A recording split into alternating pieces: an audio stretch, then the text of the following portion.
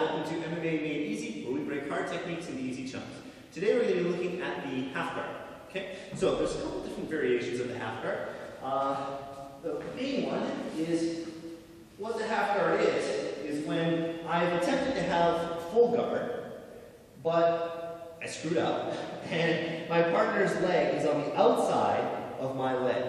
Okay, now, if I don't take half guard at this point, what's going to happen is he's going to go all the way over into side control, or he's going to jump over and take mount, which is worse. Okay? So what I want to do is I want to stop that by wrapping my leg around his leg.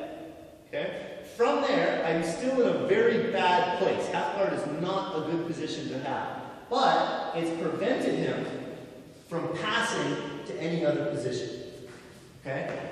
I can't necessarily hang out here. It's a very dangerous place for me. I'm susceptible to a lot of strikes, the most glaring of which are some knees, but at least I'm not in side control. Okay? So to see how I might get here, here's a couple of variations. So I have the full guard, my partner passes, he makes a mistake, and I wrap his leg. Okay? Now, is it better if he doesn't pass at all? Yes. But in this case, he's made a mistake in the pass. Check out this pass, actually. I'll put a link to it so you can see what mistake he made. But this allows me to get to half guard, and then from there, hopefully regain the position. This one, oftentimes, you'll see as an accident. In order to prevent Neil from getting to mount, most of the time you'll see people lift up their right leg, or rather their closest leg, to prevent the switch. However, sometimes people will make the mistake of lifting up their far leg.